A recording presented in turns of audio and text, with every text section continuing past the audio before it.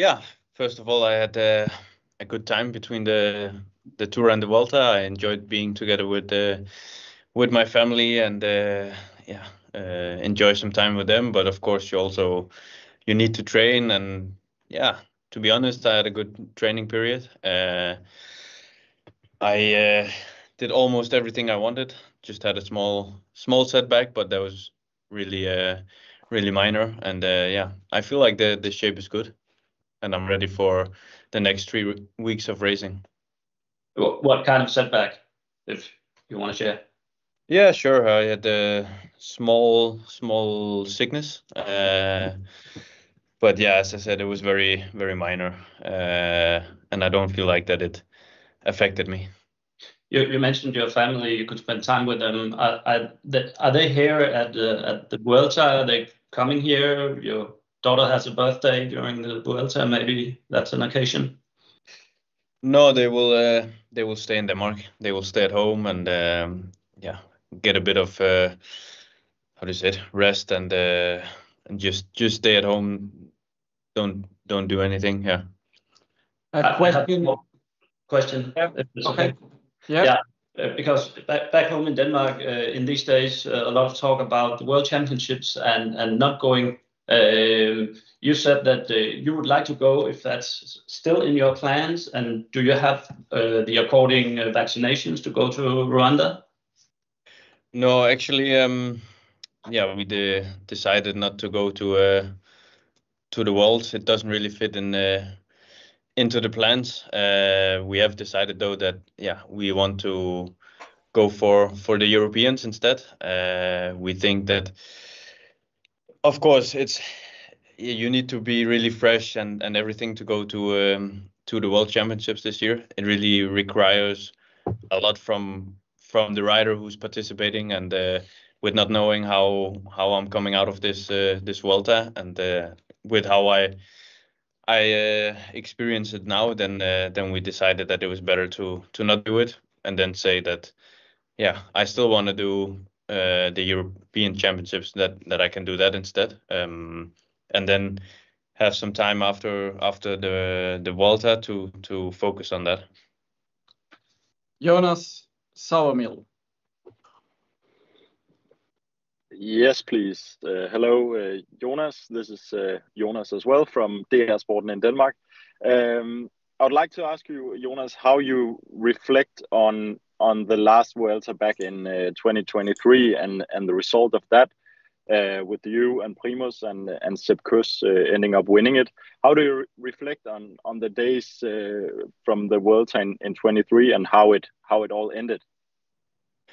Yeah, I mean, I think we all in the team can be pretty happy with how it ended. 1, 2, and 3 in the general classification. I don't think that has ever happened before. It hasn't ever happened before, and it's also gonna be a lot of years before it probably will happen again. So I think it's something that we all can be very proud of. And for me personally, yeah, I came into the Vuelta and I was getting sick in the start of the race and not feeling super well, and yeah, then of course getting better later on, getting back to my normal level.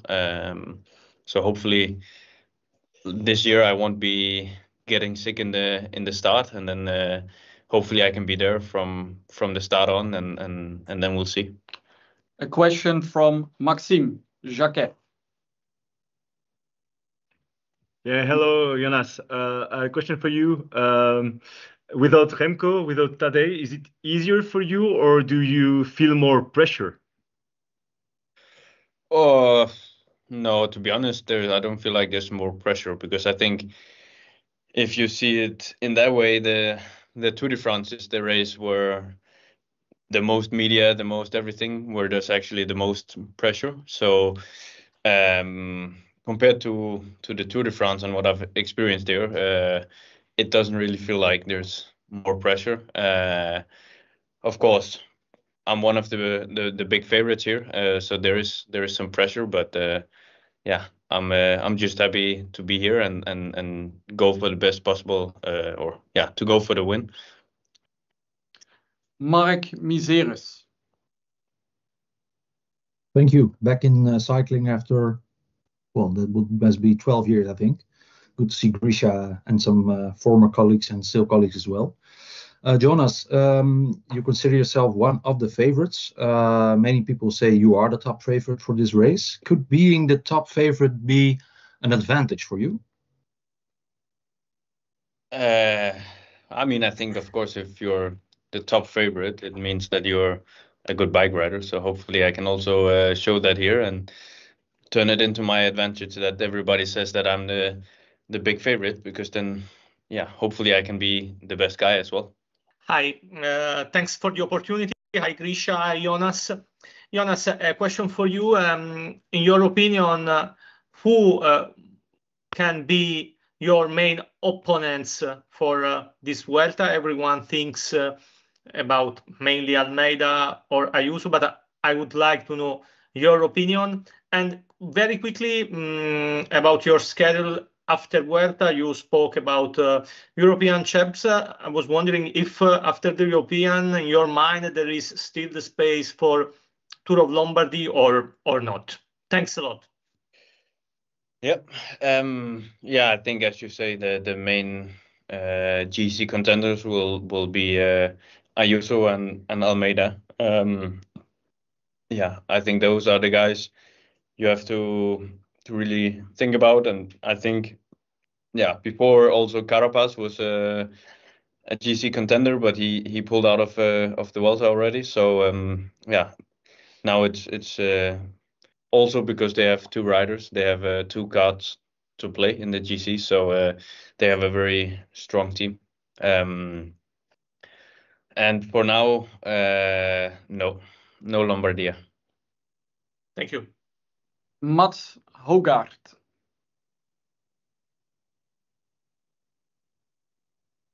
Yeah, hi, Jonas. A quick question for you. You had some off days in the Tour de France. Have you found any explanation for that? And are you afraid that such off days can happen again in the Vuelta? I mean, I think you can always have some off days. You just better hope that it doesn't happen, and that I've had my off days this year. So yeah, we will just have to see, and yeah, we think that we figured out at least partly of it, but I think that's something we will, yeah, keep as our secret. So yeah. A question for Daan de Ridder.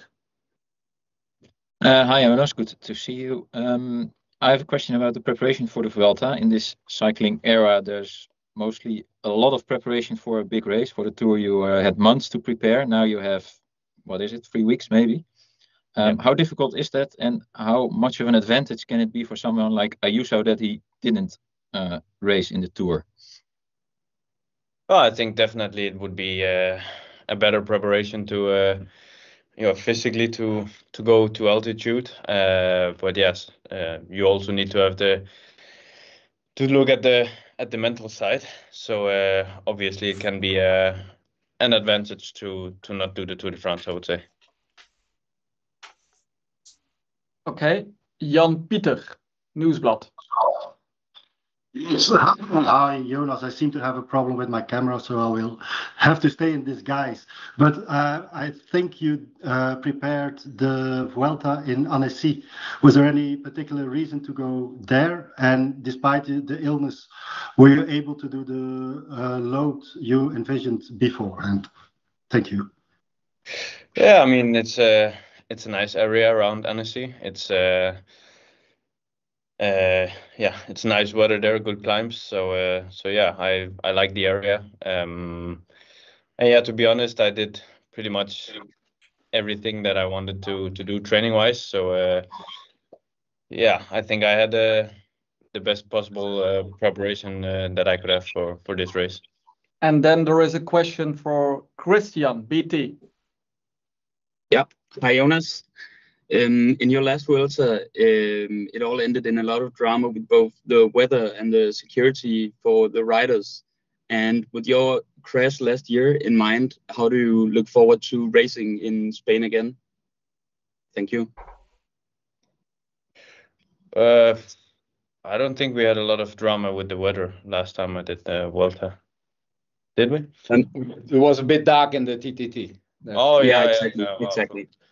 I mean, if they don't do stupid things like that again, then I don't see any reason why I shouldn't be happy with racing in Spain. I've always enjoyed racing in Spain, and yeah, again this year I'm really looking forward to this race and to race on all the climbs here. And I would like Yeah, and I would like to add on that. I think 2 years ago in the Vuelta, and the start, the TTT was of course not nice for all the teams with the really bad weather in Barcelona, and then due to that becoming dark, and then very slippery roads the first day. But I think in general, the Vuelta organizer, they do actually a really good job in trying to secure, when you look at descents where they really are, I would say, almost the best organization of trying to secure roads. So I think it's not the right thing to blame the organizers for the first two stages in the last in the Vuelta 2 years ago. I think in general we have to say that they do a really good job in taking concern for the rider safety. And when it's good, it's also good to say it, because we also always say it when it's not good. A question, Rasmus.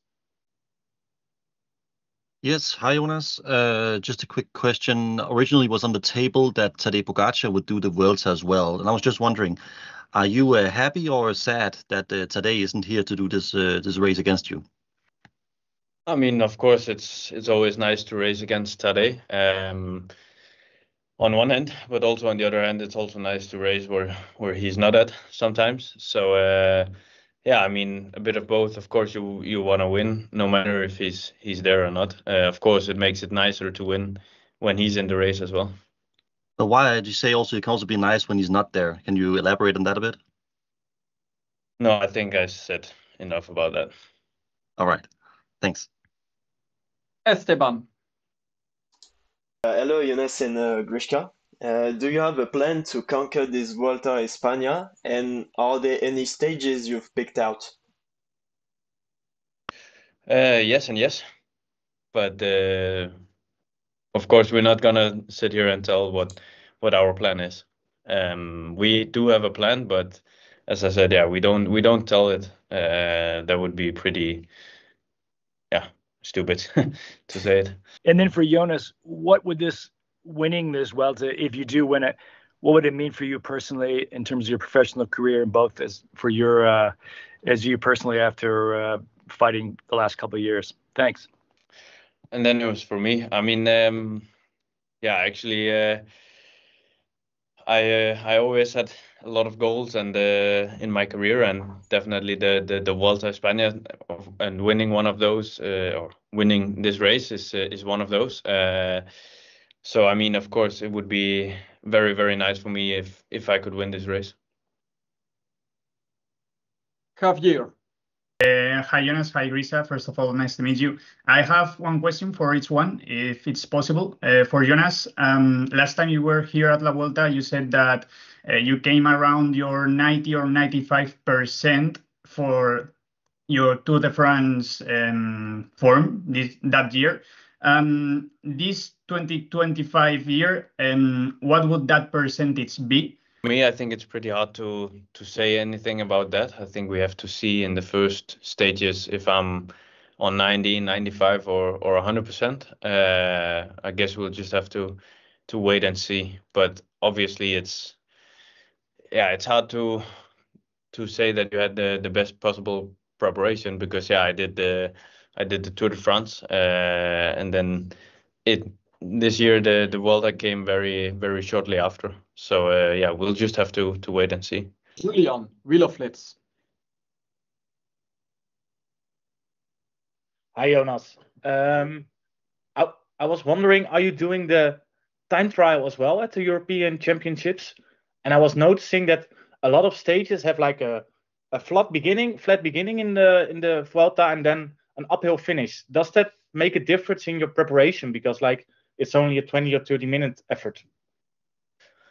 Yeah, it's first of all, no, I don't plan to do the time trial. I just plan to do the road race, and then that's it. And then, yeah, as you say, of course, when it's only one climb in the end, it's a bit different. You don't need so much, how to say it, on the threshold. You need to be a bit more explosive for a race like this. So, yeah, actually, I haven't thought about exactly how, if the training was different. I think you have to ask my trainer about that. At least for me, I didn't feel like it was very different. Thank you. Jonas, you probably saw after the tour that there was a debate about burnout in cycling after Pogačar spoke about how tiring the lifestyle was and how he might not continue for too many years. Big question, but do you feel, does what he said resonate with you? Do you feel the same things, or are you in a different place mentally when it comes to freshness? I think in general, I think cycling has changed over the last year. We perform earlier on in our careers. I'm now going to turn 29 this year, and I think 10 years ago it was normal that it was only by now that you started to really perform or to make results. So I think in that case there's a lot more pressure from an earlier age, and I think that in some kind of way I think it's also a bit more tiring. So in my opinion, I don't think we see the riders on this level continuing until they are 40 anymore. And then also, yeah, there is just a lot of altitude camps, a lot of racing. It's a lot of way from home. So yeah, I mean, it is taking a toll on the riders, and that's just how it is. Yeah, thank you, Jonas. Can you imagine any scenario where the Vuelta would be a success without you standing at the top of the podium in Madrid? Yeah, that's no, I think for me, yeah, I come here to win the Vuelta. That's pretty clear. So of course that's gonna be my goal. Of course, there can be different scenarios, but yeah, as I said, my goal is, and the team's goal is to win the Vuelta. So yeah, that will be the success, or how to say it. Then if I do that, then it will be a success. Yeah. Thank you. Thanks, all. This is the end of the press conference. For the most of you, we see you in the mix zone the rest of today's here in the Vuelta. And for now, thanks for coming. Thanks. Thank you.